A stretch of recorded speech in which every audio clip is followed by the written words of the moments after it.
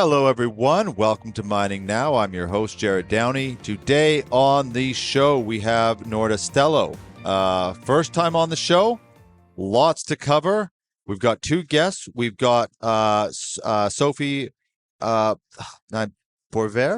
Yes, Boisvert. Boisvert. Yes. You say it so much nicer. It's such a nice last name, and then I butcher it with my Western. Yeah, it means greenwood in English. So, And then Kyle Buckle. Yes. I can say that name quite well. Sophie, you're the VP of Resources and Industry, and Kyle, you're the Director of Mining and Metals. Yes. But maybe actually, let's just start with who wants to just kind of kick off with just who Norda Stelo is. so I can go. Yeah, absolutely. So Norda Stelo is a Canadian-based company, which is it was our 60 years anniversary last year. So I think that we are multidisciplinary with two major sector: infrastructure and resources and industry. But and in this we have mining and metals, where Carl is working on that area. After that, we have energy sectors and also fabrication and transformation, which includes also manufacturing. Okay. So, and I think that's good because we finished the year of our 60 years anniversary with the acquisition of CWA Engineers here in Vancouver. That's where we originally got connected. Yes, by them, yes, yeah. So, and for us, what this acquisition is meaning is it's very important because we are known as a real brownfield engineering services. We know about the asset, so we are working a lot of existing asset. So, and CWA was also doing this, but for port and facilities and mining. So for us, it's like now we can like branded or a product that is called site to port or port to site with different solutions that we are working on that. So we focus on that. So was Norda doing any of the port? Already, yes, but in the east. I see. And working also maybe more on the waterfront of the port. So now CWA are working a lot on dry material handling. And we were working on liquid material or hazardous chemicals also. Right. So it's very a complement so complementary and depth. Yes, right. yes, that's and, what. And I guess because there's more locations now that you can. Yes, yeah, and because we have an environmental group, so we can also help CWA, and it was the challenge that we put together with this acquisition. Also, is to the 1 + 1 = 3. So this is where we will go in deep, but also to be more added value for the clients. When did that acquisition happen? In December 2023. Just before the holidays. Oh, wow. So this is like new. Pretty yes, recent. Yes. So there's still integration and we are team meetings. That, yes. We are on that, yeah. How does this look from the mining side? What does this mean for client facing? Well, it's fantastic because now we have a suite of services and solutions, expertise that we didn't have previously. So we're able to approach our existing mine customers and talk to them about, different opportunities, different solutions that we can bring to them. In particular with CWA, with that dry bulk material handling expertise, like being kind of the people in Canada with that level of expertise, being able to bring that to our customer base across Canada. And then, being able to work with the customers that CWA was already working with, predominantly here on the west coast of Canada, and bringing some of the other Norda skill sets to those customers as well. Bringing that asset integrity management type work and some of that other sustaining capital type services to those customers as well. Does it? Is there crossover? Like crossover? Like if you have a customer A.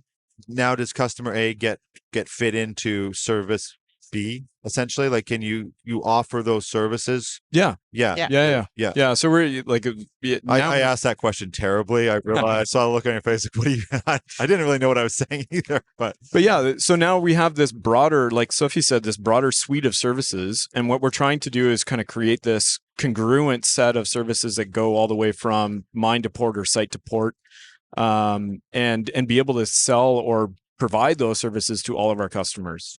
Let's talk about our Heavy Industry World Tour brought to you by Savona Equipment, supplying mining equipment worldwide. And Corporate Traveler Canada, helping companies travel the globe simpler, faster, easier.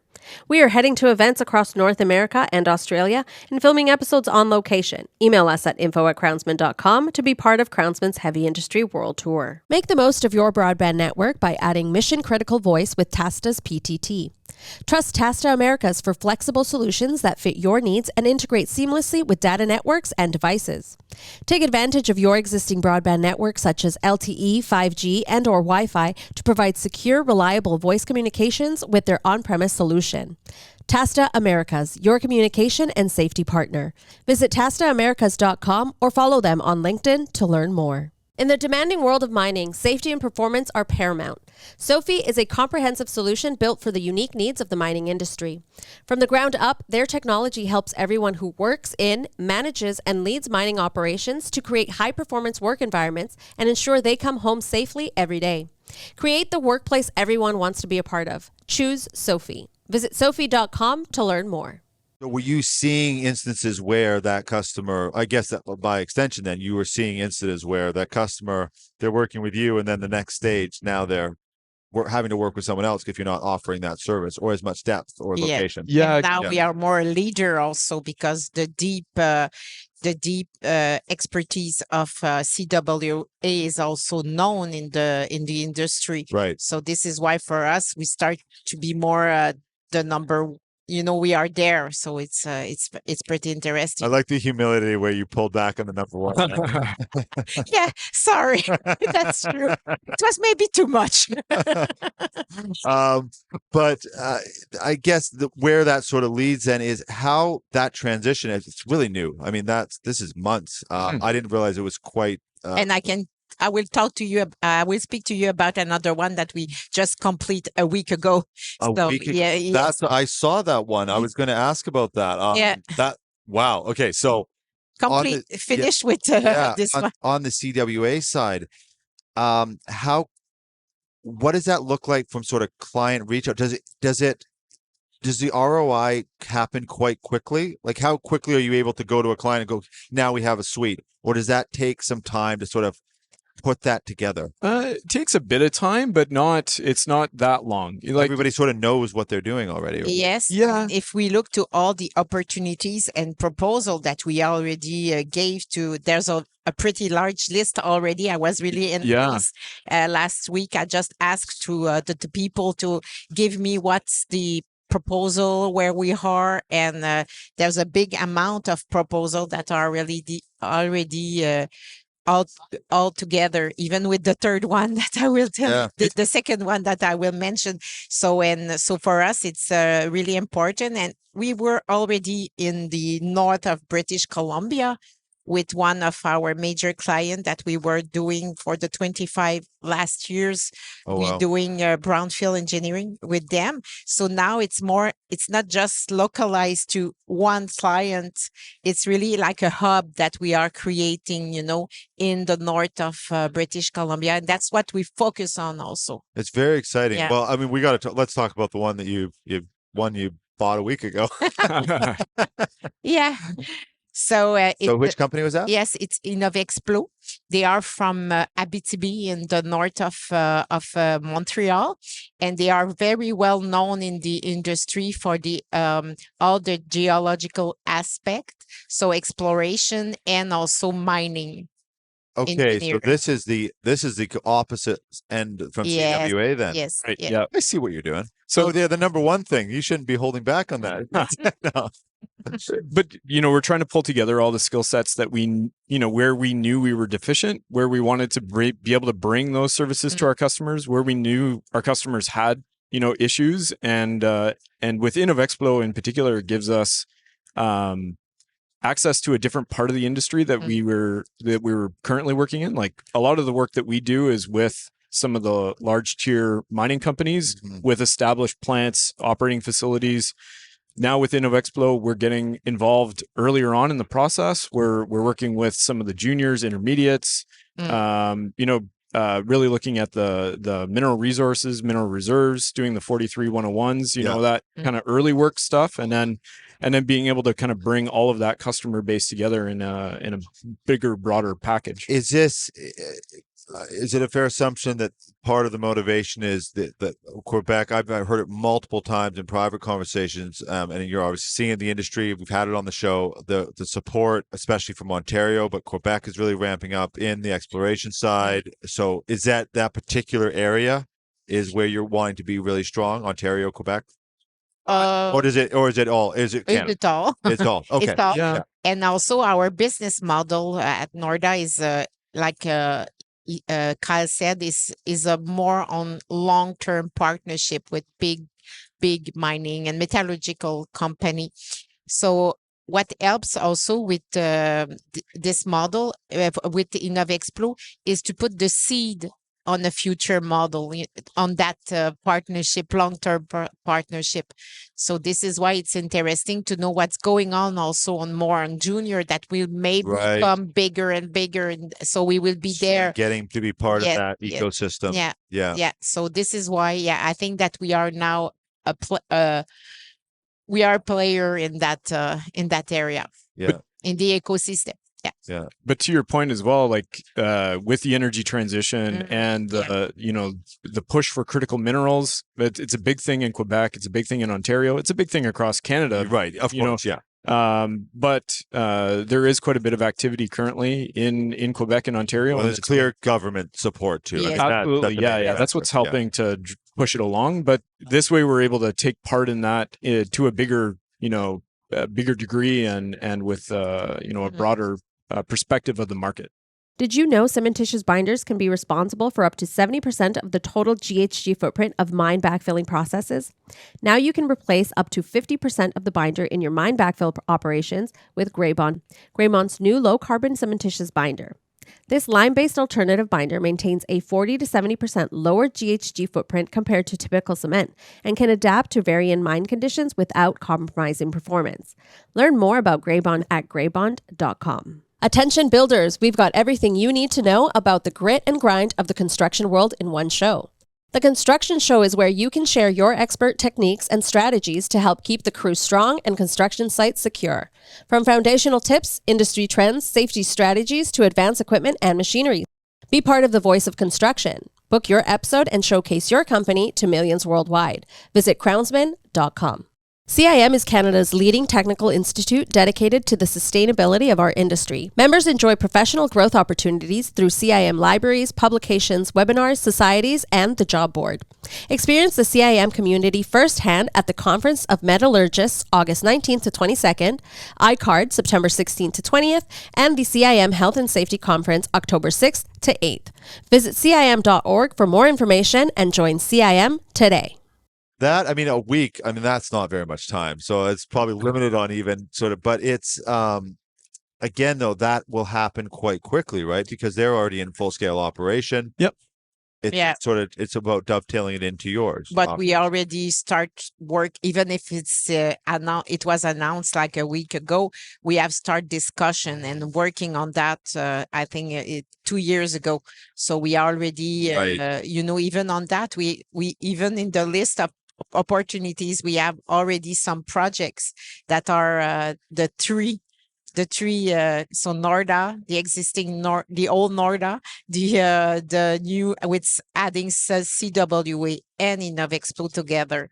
So we already put some proposal. I think even for an integration aspect, that's the best way of doing it, to get projects. Yeah. Oh no. Yeah. So you can have big, good processes and the email and all these things, but to do project together, that's the best way. When you're talking about now, when you CWA, you specifically mentioned a suite. Does this acquisition, does it have the same potential of that sort of that suite of services? Yeah, absolutely. Yeah.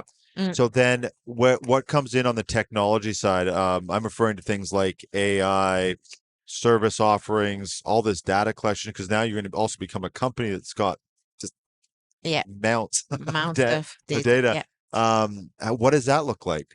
So on the CWA side, one of the reason why also we did this acquisition is that CWA was already working on existing asset evaluation of integrity, inspection, and all these things. And in Norda, it's also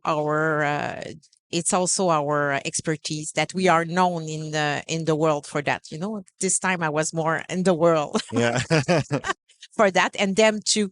So, but not in like in conveyor or all the equipment or asset of for material handling. So putting this together, it gave us that a strength, very high strength.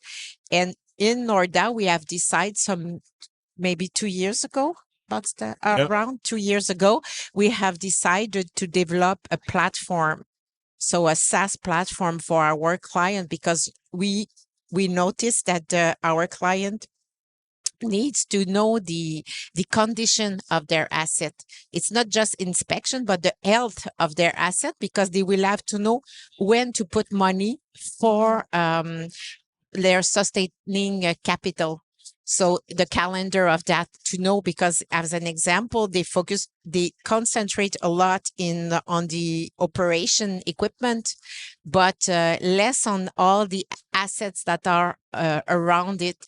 So sometimes they can have a surprise that they need to put a lot of money on a roof or a conveyor structures and all these things. So, and CWA was they have already that expertise. So this is why also they are with us to develop that platform that we offer to the client. So it's the name is Stella. So it's an asset integrity platform. So it's like the doctor, Stella is coming originally from CWA? No, from they have already a little platform also. Not a little, but that's a a Norda platform. That's a okay. So now we are working to put everything together. Oh, I see.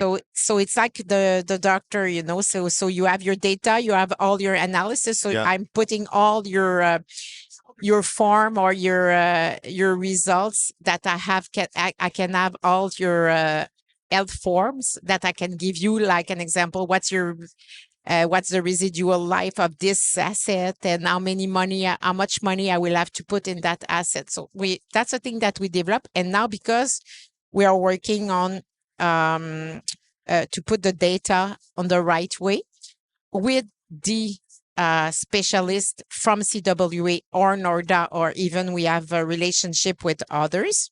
So now we start to added value to our data. So we already start to do also some AI on that, because we have to, so we can start to train some algorithms to be able to do the health or the residual life or even the recommendation, because it's helping the specialist to be more efficient also. Right. And both these acquisitions just provide more and more depth to that. Sorry, what's the program called again? Stella. Stella, yeah. Do you work with any other technology company? Like all these, like we do a lot of interviews about technology companies. Are you partnering with them, working with them, recommending them to clients? What does that look like? It's mining has just sort of exploded with innovation now. It's an exciting time, that's for sure. Yeah. Well, in particular with the energy transition, we're working with a lot of technology companies for decarbonization, energy transition, electrification, that kind of thing. We kind of have our own in-house group doing technology evaluations, vetting, integration. And then working with industry partners to find appropriate placements. So kind of being the matchmaker for some of that, to understand, what the landscape is like, and where the kind of key needs are for our customers, and then trying to be able to make those connections happen. And we're focused on right now, we're focused on a lot of the hard to abate stuff. So, the fleet electrification, and that constitutes a large percentage of greenhouse gas emissions for mine companies. But where we're kind of focused is on the process side. So, that's going to be the last bit, the hardest part to decarb and electrify. And we're trying to work with technology companies that will bring innovative solutions to that, de-risk it for our customers as well. Yeah. And see if we can work together with a number of different industry partners and maybe do, co-piloting or studies or whatnot to try and move things along a little bit faster. Because you're kind of almost like a neutral party, so I get to ask this question. Where sometimes, depending on who I'm asking, it's going to be a skewed answer because they're promoting a technology. Right. So I understand it. A lot of times, actually, they're very good at providing the data, but still, they're promoting a product. In your case, how do you see it? Where is mining at with the technology? Give an example. If an operator they want to really invest in decarbonization, is there enough out there to give them the tools to do it with a reasonable price tag? Well, that's the thing. Yeah. Well, the price tag is one aspect. Right now, it's understanding what, where these technologies are from a risk perspective, TRL level, like how advanced they are. And so it's not necessarily not necessarily cost. Cost, on carbon capture, CO2 capture. Right now, cost is making carbon capture in general cost prohibitive for a number of companies and mine customers. But I guess the bigger problem right now is that technology hasn't advanced far enough and de-risked enough for, in particular, mining companies to say, yes, I want to go ahead with this. Are those two separate things, or that it hasn't advanced enough and it hasn't been de-risked enough? Is there technology that just hasn't gotten and sensed the opportunity? Are you seeing that? Yeah. Where they've got it. It's there, but are we going to I was talking to Roy Slack, actually, and he was saying, like, some of these investments, they can't undo it. Like, if they go this route, now this is how this mine operates now. They can't flick a switch, decide to do it another way 6 months from now. So, and mines are taking 15 years to get going, that kind of thing. So is there sort of a separation of those two things? Well, I think that there's a lot of technology that is on the cusp, and we need to find, and this is part of what we're trying to do with our industry partners, is trying to find ways of pushing forward with those pilots. How can we do this maybe as a collective? How can we do this, how can we get, shared learnings? Like the energy sector does it quite a bit. The energy sector is really good at this. Yeah. In the mining sector, less so, but I think there's going to be more and more, and we're trying to push it along a little bit and see if we can help move these technologies along. I think some of them are ready, but they just haven't been proven, and that's where that risk profile comes in. Is it that collective, though? That's probably a huge, like NORCAT, they've got that underground mine, things like that. That must be key, right? But it's also to see the mine in the ecosystem of the area also. So I think that also they have to talk to speak to other kind of company where to see where they can be, they can put a technology that can help the other one, and the thing. So that's more an ecosystem that they have to build. If also we want, particularly in Canada, we want still to be competitive also. Yeah. So that's you need to be competitive. That's the other. But that's a good point, Sophie. Like, trying to find mining hubs and mining areas where you have a number of different large industry partners that can work together on, one solution that kind of helps or benefits everybody. Right. And there's likely no silver bullet, but there's probably a lot of different opportunities that groups can take. And even on just carbon capture, looking at point source emissions or trying to capture from existing emission sources can be challenging, because you don't necessarily know today your production is at X, tomorrow you'd want it at Y. How do you size that piece of equipment? How do you de-risk it now? Because like you said, trying to future-proof yourself, maybe direct air capture is an option. Maybe there's, different optionality there to kind of bring that together, and maybe you can do that as a collective if you're working with a number of mine customers. And in a you get region. the sense there's an openness to it. Yes, there is. Yes, there is more. Yes. Absolutely. Yeah.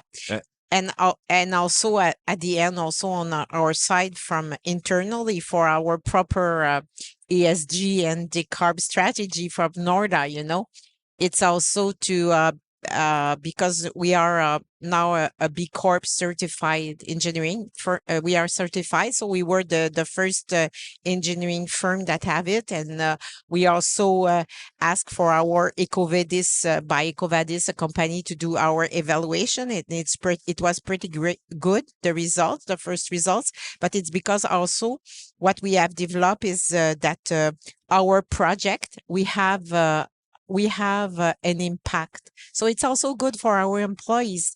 They know that with some qualification of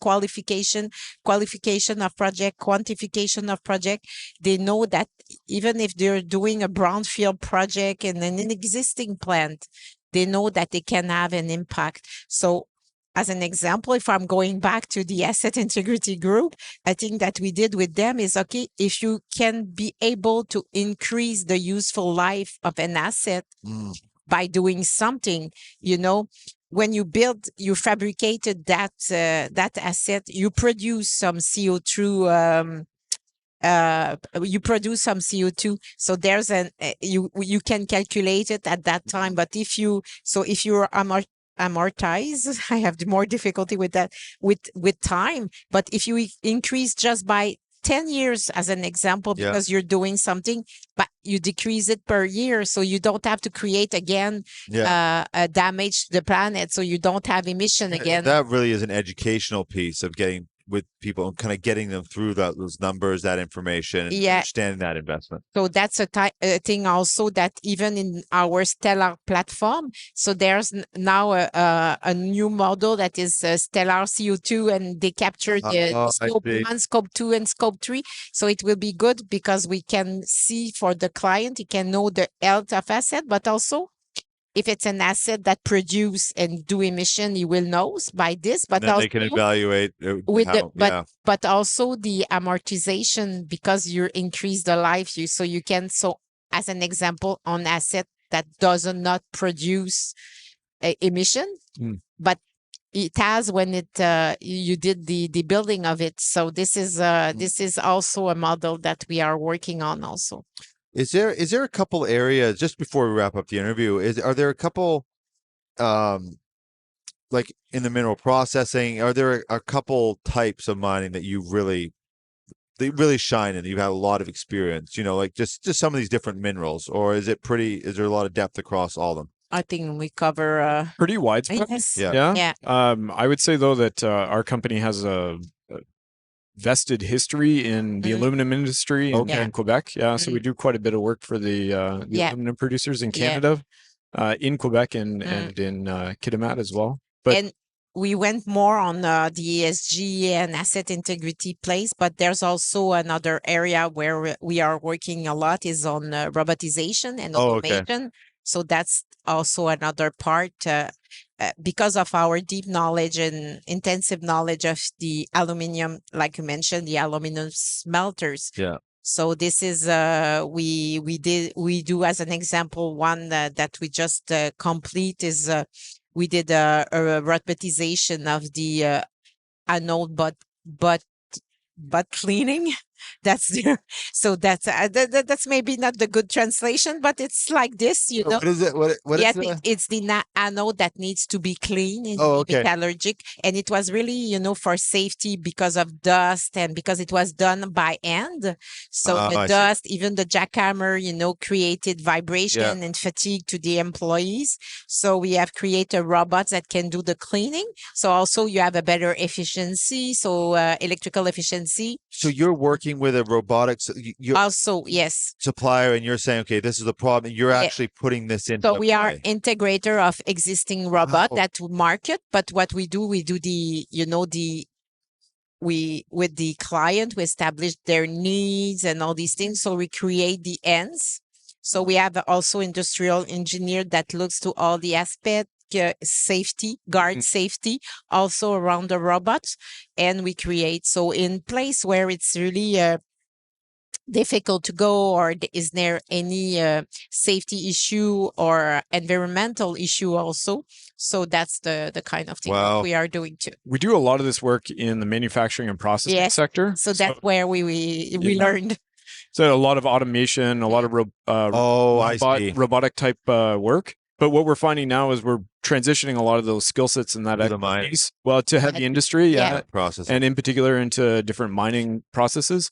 And it's exciting to see, bringing that robotized automation type systems to mining customers, improving efficiency, decreasing cost and productivity. So.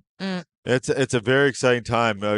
Now, obviously, if I had another hour, what I'd like to do is jump into some of these projects you've done. I don't think we have that time, but that would be great. And we are both good to put it more and more information. Well, that's what happens with the interviews. When we do a first one, it's like, usually it's in the second half. You go, well, that's a whole topic. Like robotics. We could have done.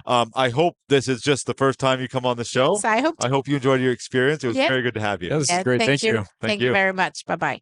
And thank you, everybody, for watching. Of course, we will have links to, it's just norda.com, I believe. Yes. Right? Yeah. Yeah, so we'll have a link to that. We'll have you both have LinkedIn, I believe. Absolutely. Yep. We'll put a link to your LinkedIn. People can connect directly with you.